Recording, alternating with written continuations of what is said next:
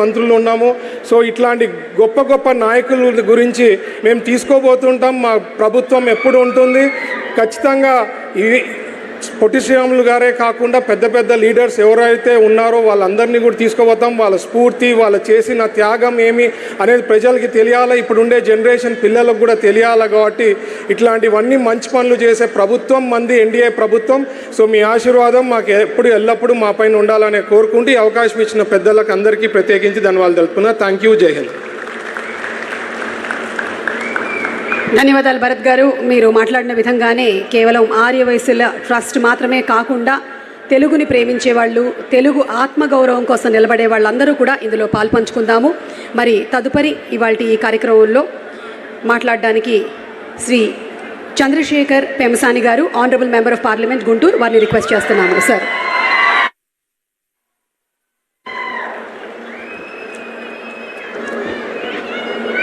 కృష్ణానది తీరాన శాశ్వతమైన నగరాన్ని నిర్మిస్తున్న దార్శనికులు గౌరవనీయులు శ్రీ నారా చంద్రబాబు నాయుడు గారికి, ఆంధ్రప్రదేశ్ నిర్మాణానికి మూల స్తంభాలుగా నిలుస్తున్నటువంటి జననేతలు, యువనేతలు అయినటువంటి శ్రీ పవన్ కళ్యాణ్ గారికి, నారా లోకేష్ గారికి, పివిఎన్ మాధవ్ గారికి, అదేవిధంగా వేదికను అలంకరించినటువంటి రాష్ట్ర మంత్రులకు, ఎమ్మెల్యేలకు, కార్పొరేషన్ చైర్మన్లకు, మీ భూమిని, మీ కలలను ఈ రాజధాని కోసం అర్పించిన అమరావతి రైతు బంధువులకు, ఈ చరిత్రకు వారసులైనటువంటి తెలుగు ప్రజలకు, పొట్టి శ్రీరాములు వారి కుటుంబ సభ్యులకు, పాత్రికేయులకు అందరికీ కూడా మనస్ఫూర్తిగా ధన్యవాదాలు.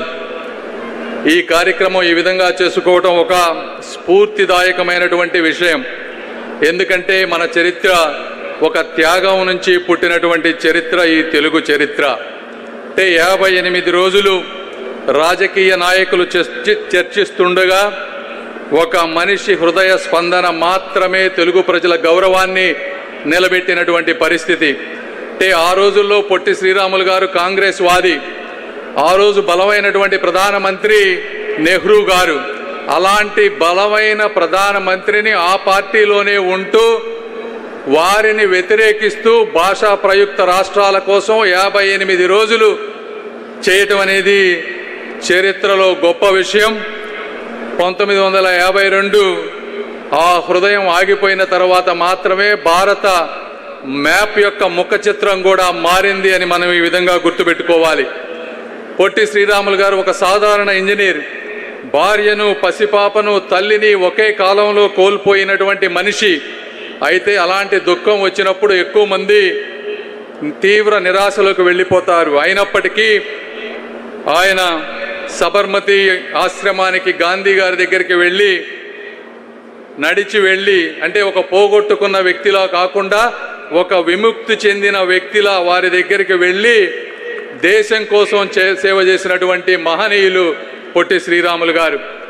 వారి కమిట్మెంట్ నివసించేటువంటి నగరం ఈ అమరావతి. అంటే ఈ పేరే ఒక అమరత్వాన్ని చెప్తా ఉంది ఈ రోజున. అంటే శ్రీరాములుని అమరజీవి అని పిలవటంలో ఉన్న అమరత్వమే యాదృచ్ఛికం కాదు. ఈ రోజున ఈ అమరావతి ఈ రూపంలో వచ్చింది అంటే ఇది పురాణాలలో వస్తున్నటువంటి ఒక శక్తి అని కూడా నేను మీ అందరికీ తెలియజేస్తా ఉన్నా.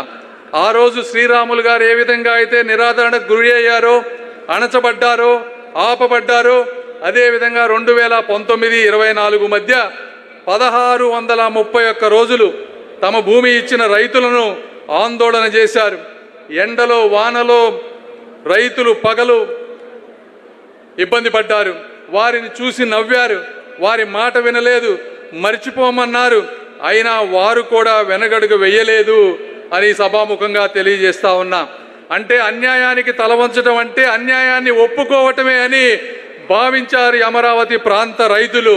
ఇది పొట్టి శ్రీరాములు గారు వంటి ఇచ్చినటువంటి ఒక స్ఫూర్తి అని నేను ఈ విధంగా మీ అందరికీ తెలియజేస్తా ఉన్నాను.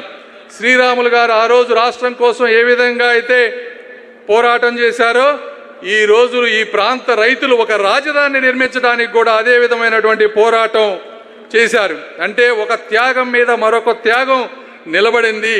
ఇలాంటి త్యాగాలే జీవన నాగరికతలను నిర్మించబడతాయని సభాముఖంగా మీ అందరికీ నేను తెలియజేస్తా ఉన్నాను. అదేవిధంగా శ్రీరాములు గారు ఇచ్చినటువంటి త్యాగానికి అన్న నందమూరి తారక రామారావు గారు సాంస్కృతిక రాజకీయ స్వరాన్ని అందించారు. అదేవిధంగా ఆ తర్వాత అదే విధమైనటువంటి సంకల్పం ఈరోజు గౌరవ ముఖ్యమంత్రి నారా చంద్రబాబు నాయుడు గారు చూస్తూ ఉన్నారు. 2014లో హైదరాబాద్ నుంచి మనం విడిపోయిన తర్వాత వారు కూడా నిరాశ చెందలేదు. గత 5 సంవత్సరాలు ఎన్ని ఇబ్బందులు పెట్టినా, ప్రాజెక్టులు ఆగిపోయినా, పెట్టుబడిదారులు వెళ్ళిపోయినా, ఈ అమరావతి నగరాన్ని అనేకమైనటువంటి పదాలతో భంగపరిచినా కూడా నిరాశ చెందకుండా, నాయకుడు అంటే గెలిచినప్పుడు ముందుండేవాడు కాదు, ఓడినప్పుడు కూడా వెనక్కి తగ్గని వాడు నాయకుడు అని నిరూపించినటువంటి వ్యక్తి శ్రీ నారా చంద్రబాబు నాయుడు గారు. అందుకే చరిత్రలో సార్ మీకు కూడా అమరావతిని మళ్ళీ నిలబెట్టిన నాయకుడు శ్రీ నారా చంద్రబాబు నాయుడు గారు అనే విధమైనటువంటి బిరుదు కూడా వచ్చే విధంగా మేమందరం కూడా కష్టపడతామని మీకు తెలియజేస్తా ఉన్నాను. అదేవిధంగా శ్రీరాములు గారి లక్షణాలు ఎన్నో యువత నేర్చుకోవాల్సిన విషయాలు కూడా ఉన్నాయి. నా మటుకు నేను కొన్ని నేర్చుకున్నాను. అంటే యువత ఏదో ఒక సోషల్ మీడియాలో ఒక వైరల్ క్షణం కాదు, ఒక నిజమైన కారణం, అంటే మనల్ని మించిన కారణాన్ని వెతుక్కొని సమాజానికి, మన రాష్ట్రానికి, మన దేశానికి ఏమి చేయాలో ఆలోచించాలి. అదేవిధంగా నిశ్శబ్దంతో నిరుత్సాహపడకూడదు. శ్రీరాములు గారు 6 వారాలు నిరాహార దీక్ష చేసినా కూడా ఎవరు మాట వినలేదు. నెహ్రూ గారు పట్టించుకోలేదు, మీడియా పట్టించుకోలేదు. అంటే ప్రపంచం మీ మాట వినకపోయినా, మీ కృషి కనపడకపోయినా ఆగకండి, ఇది ఆపమని సంకేతం కాదు అనేది రెండోది. మూడోది, కులం, మతం, ప్రాంతం మర్చిపోండి. శ్రీరాములు అన్ని కులాల ఇళ్లలో ఆ రోజుల్లో భోజనం చేశారు, అన్ని వర్గాల ప్రజల కోసం పోరాడారు.